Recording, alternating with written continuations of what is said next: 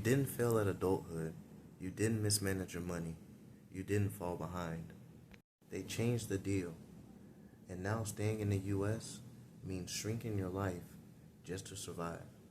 If you're in your 30s, working, and doing what you were told, and the only way to stay is roommates, smaller spaces, or moving backwards. This video isn't about budgeting.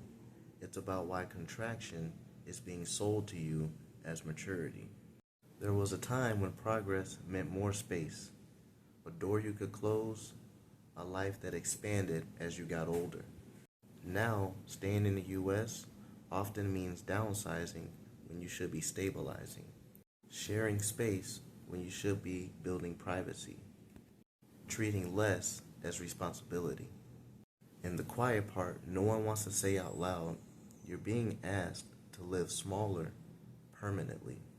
I've been living with roommates for the past 8 years of my life, literally 8 years, not because I wanted to, but because I genuinely could not afford to live on my own. And even though I love my roommates, one of my biggest goals growing up was always to get my big girl job and have my own apartment and finally create a space that felt like mine. Listen to how people talk about this now. Not politicians, not economists, regular people. These are some comments that some people leave behind. The path is still there. It's just a different path than it used to be. You really have to decide if college is worth it. Maybe lower your expectations. There's a defined path to success. It's just that with AI, even those paths are threatened. Do you hear what's happening? No one is describing growth anymore. They're describing adjustment, not opportunity, acceptance. And that shift matters. Because when millions of people independently say the same thing, it's no longer advice, it's evidence. Here's the mechanism most people miss. When systems stop offering expansion, they rebrand contraction as wisdom. Smaller apartments become minimalism. Roommates at 35 become financially smart. Moving back home becomes strategic. Nothing is framed as loss. But something is being lost. Privacy, autonomy, the sense that life is moving forward instead of folding inward. And the pressure doesn't come from one bill or one bad year. It comes from stacked costs.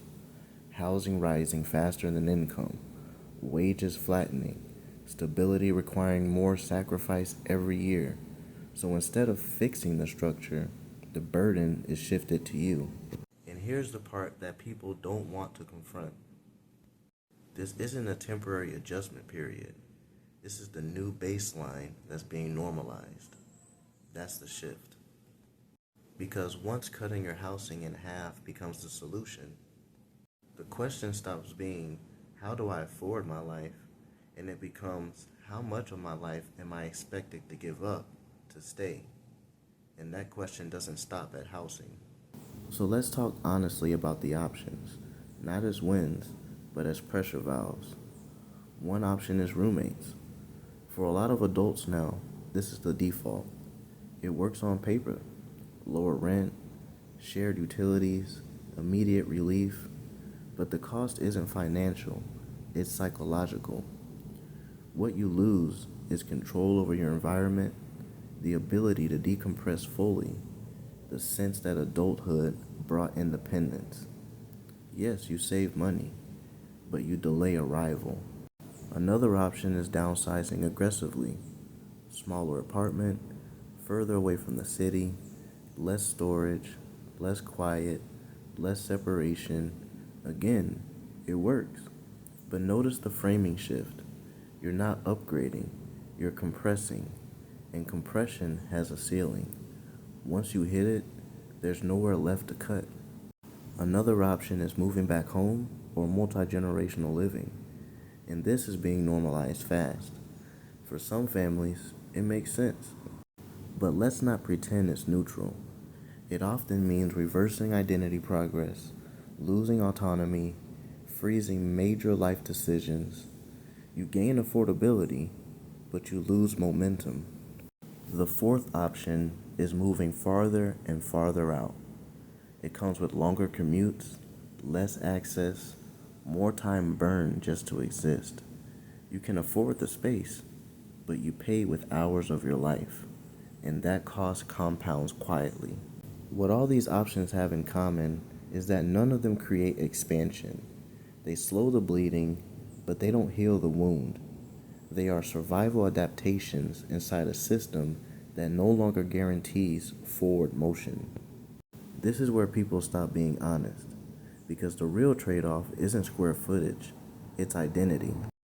Living smaller long term changes how you see your future, when or if you start families, how safe it feels to take risks, and whether adulthood feels earned or postponed.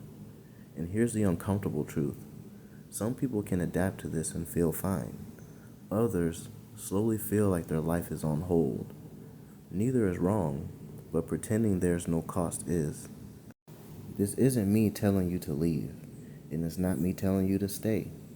It's simply saying if staying in the US now requires permanent contraction, you deserve to see that clearly and not have it disguised as maturity or discipline, because clarity restores agency. Yes, you can stay. Yes, you can make it work. But the question that keeps resurfacing is this: how much smaller does your life have to get before it stops feeling like a phase and starts feeling permanent? And once that line is crossed, there's no version of budgeting that'll bring it back.